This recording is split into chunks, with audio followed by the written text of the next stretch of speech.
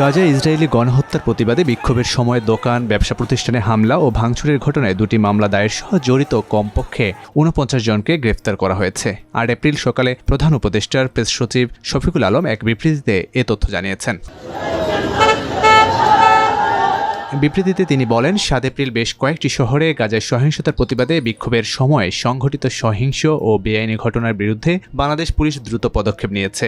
এই হামলা ও ভাঙচুরের ঘটনা জননিরাপত্তা এবং আইনের শাসনের অবমাননা। এখন পর্যন্ত এই ঘটনার সঙ্গে জড়িত কমপক্ষে 49 জনকে গ্রেফতার করা হয়েছে। পুলিশ দ্রুত পদক্ষেপ নিয়েছে এবং আনুষ্ঠানিকভাবে 2টি মামলা দায়ের করা হয়েছে। আরও তদন্ত চলছে এবং এই নিন্দনীয় কাজের জন্য দায়ীদের বিরুদ্ধে আরও মামলা দায়েরের প্রক্রিয়াধীন রয়েছে। তাই বলে এভাবে ভাঙচুর করে লুটপাট করবেন?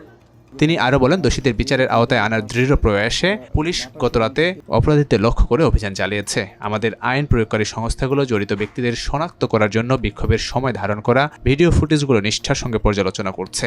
এই সহিংসতা ও ধ্বংসযজ্ঞের জন্য দায়ী সবাইকে গ্রেফতার না করা পর্যন্ত এই অভিযান অব্যাহত থাকবে। বিবৃতিতে আরও বলা হয়, তদন্তে সহায়তা করতে পারে এমন তথ্য থাকা যে কাউকে এগিয়ে আসার জন্য আমরা আহ্বান জানাই। আমরা নিশ্চিত করতে পারি যে যারা আমাদের সমাজের শান্তি ও স্থিতিশীলতা নষ্ট করতে চায় তাদের জবাবদিহি করা হবে।